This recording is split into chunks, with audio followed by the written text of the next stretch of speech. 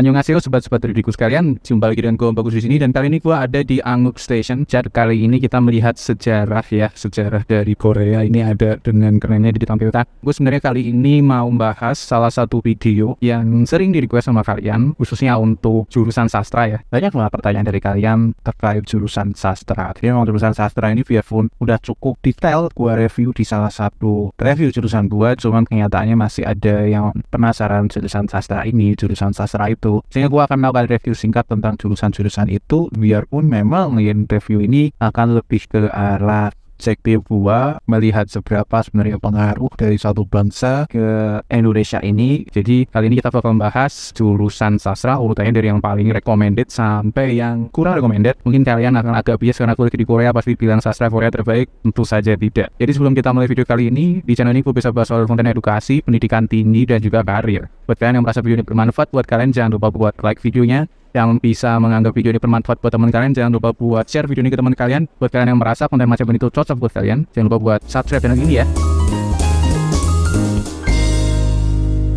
Jurusan sastra itu memang sangat dekat dengan salah satu negara, di mana negara itu masuk ke Indonesia melalui investasi asing, melalui akulturasi budaya, melalui media. Jadi banyak faktor yang membuat jurusan sastra itu jadi berguna. Ya, kita mulai dulu dari yang paling oke ke yang tidak oke, karena emang jurusan sastra itu gak banyak ya. Kalau gue di sini kan ada 10, kalau masih ada lagi silahkan tulis di kolom komentar. Ini khusus yang ada jurusannya di Indonesia. Jadi jurusan yang pertama udah jelas banget yang paling oke adalah jurusan sastra Inggris, bukan sastra Korea ya. Jadi memang jurusan sastra Inggris merupakan jurusan yang mewakili suatu bahasa internasional yang paling banyak digunakan di seluruh muka bumi ini, yaitu bahasa Inggris. Teman-teman yang memiliki suatu kemampuan untuk berbahasa Inggris itu sebenarnya udah cukup terbantu di ekonomi sekarang, dimana sebenarnya gua mau bahasa Inggris merupakan suatu bahasa yang sangat wajib untuk dipahami, sangat wajib untuk kalian tekuni sebagai suatu standar minimum untuk masuk ke dunia kerja sekarang. Tapi kenyataannya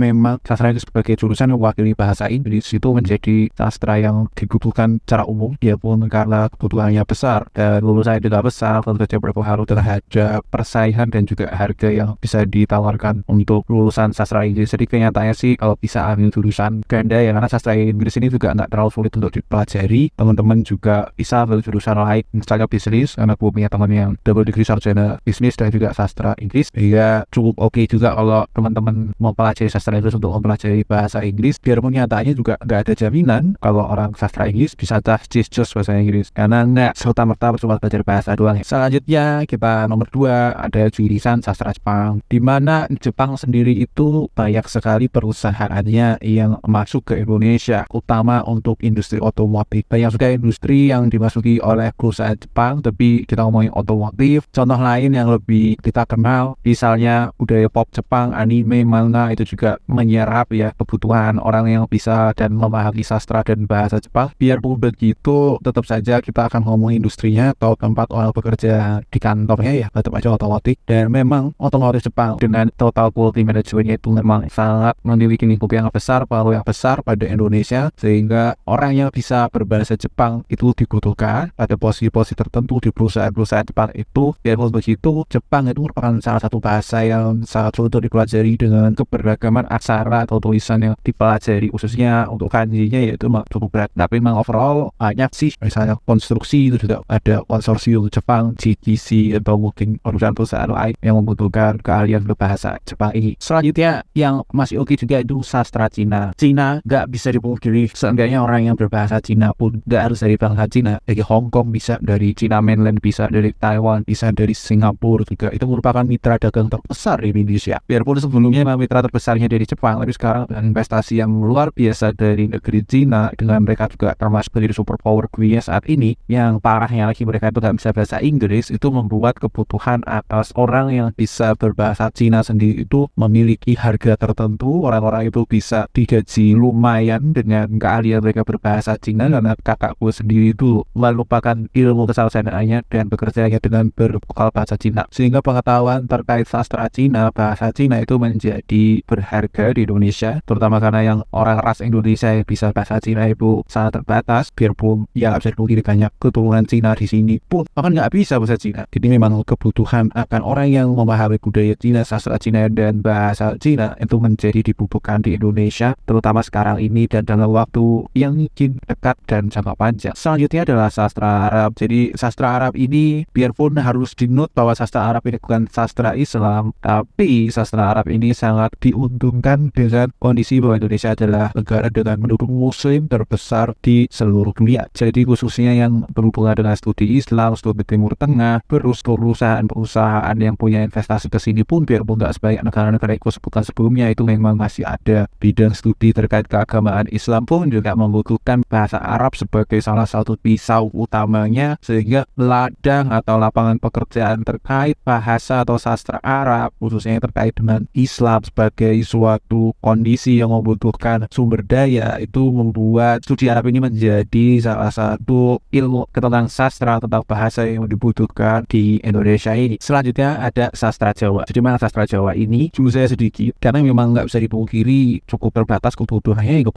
ya terkait studi tentang sastra Jawa. Kalau kita ngomong bahasa Jawa sendiri itu nggak dibutuhkan untuk dipelajari, juga orang pada bisa juga karena memang bahasa Jawa itu bahasa yang sangat nyaman untuk digunakan buat orang Jawa, sehingga memahami seberapa nyamannya menggunakan bahasa Jawa dan harus dipelajari dalam perkuliahan pun orang itu berusaha belajar bahasa Jawa, dan memang itu membuat lingkupnya itu cukup terbatas karena orang yang bekerja dari bekal sastra Jawa ini tidak menggunakan ilmu tentang bahasanya, tapi ya mereka menggunakan lingkup kesusastraannya, sehingga lingkupnya lebih ke penelitian tentang bangsa Jawa, tentang budaya Jawa, dan itu tuh sangat terbatas. Bahkan mungkin orang dari luar Indonesia yang akan mempekerjakan teman-teman terkait pembelajaran budaya Jawa, khususnya bangsa Eropa Belanda, itu mereka sangat tertarik dengan budaya Jawa.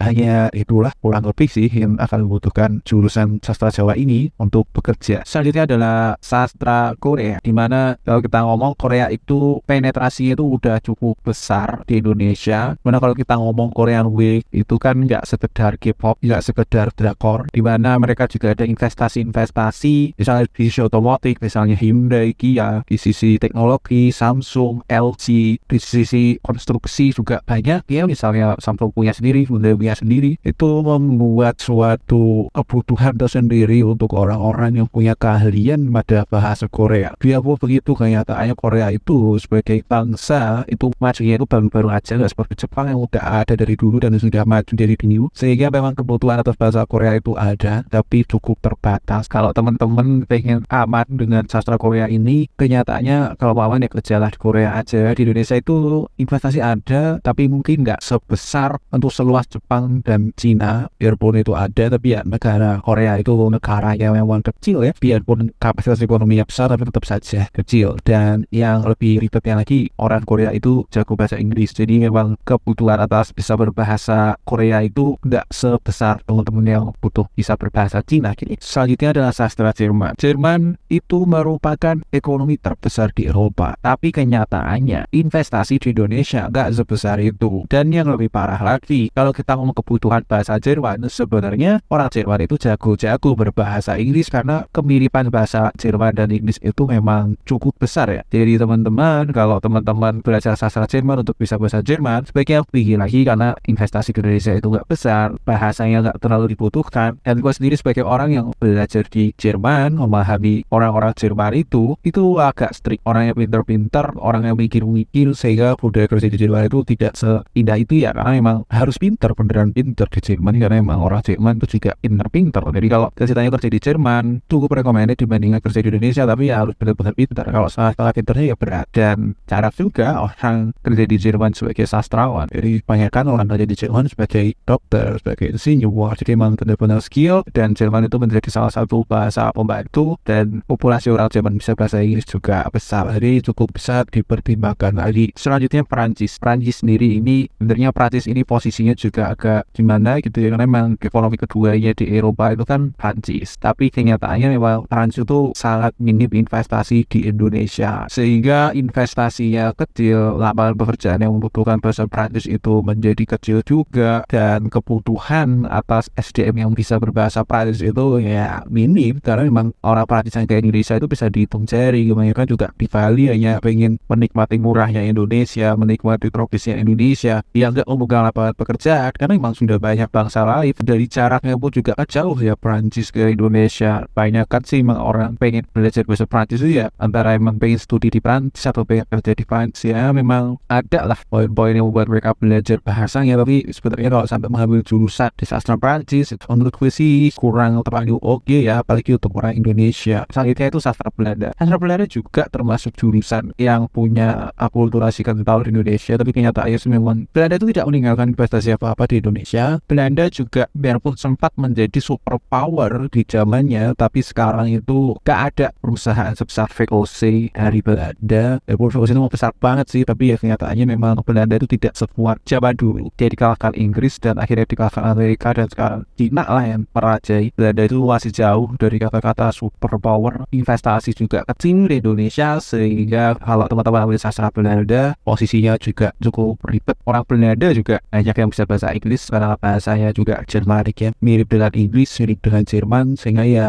menurut gua dipikirkan lagi kalau sudah masuk ya cari skill lain dan mempelajari Belanda sebagai suatu ilmu kesastraan. Itulah yang dibutuhkan dari bahasa Belanda ya, sehingga memang kalau kebutuhan bahasanya cukup terbatas, mungkin membantu teman-teman yang ingin kerja di Belanda. Tapi saya lagi ya, negara Eropa itu butuhnya untuk pendatang imigran itu ya biasanya imigran yang memiliki keahlian khusus atau imigran yang bisa digaji kecil. Jadi emang seperti itulah kondisinya. Dan yang paling nggak relevan itu ya sastra Slavia. Slavik gitu ya negaranya ya negara-negara Soviet lah. Jadi memang negara itu secara diplomatik juga cukup jauh. Baru-baru aja ini Indonesia mendekat ke Rusia, tapi secara umum sih memang Rusia, Ukraina, dan negara-negara pecahan Soviet lain itu ya emang cukup jauh kalau dari diplomatik, apalagi investasi. Ya gua tahu aja di grup Pertamina itu aja PRPP atau Pertamina Rosneft sebagai salah satu BUMN Rusia. Ya itulah yang gua tahu. Dan untuk masuk ke lingkup situ pun juga nggak ada relevansinya belajar sastra Rusia. Ya kebutuhan keteknisan, domain specific knowledge banget lah, nggak terkait bahasa aja. Jadi memang investasinya sangat terbatas. Hubungan diplomasinya juga nggak terlalu oke seperti negara-negara yang di list pertama. Hingga sastra Slavia itu signifikansinya itu sangat kecil. Atau teman belajar di Indonesia, atau teman pengen menjadi peneliti di Slavik, ya bisa aja. Tapi kalau teman pengen bekerja di negara sana, itu menurut gue sih lebih baik memahami bahasanya tidak dengan kuliah, tapi kuliahnya digunakan untuk memahami specific knowledge yang terkait ke profesiannya. Jadi memang sastra Slavia, mohon maaf ya bung, sangat langka, tapi ya nggak terlalu oke sih kalau menurut gue untuk dipelajari sebagai core bidang keilmuan. Oke, kurang lebih itu list dari gue. Kalau teman-teman ada pertanyaan atau mungkin mau masukkan jurusan sastra yang gue lupa, silahkan tulis di kolom komentar. Buat kalian yang merasa video ini bisa berguna buat kalian, jangan lupa like videonya. Yang merasa videonya bisa di-share ke temennya, karena oke, bisa di-share videonya. Jangan lupa subscribe channel ini. Yang merasa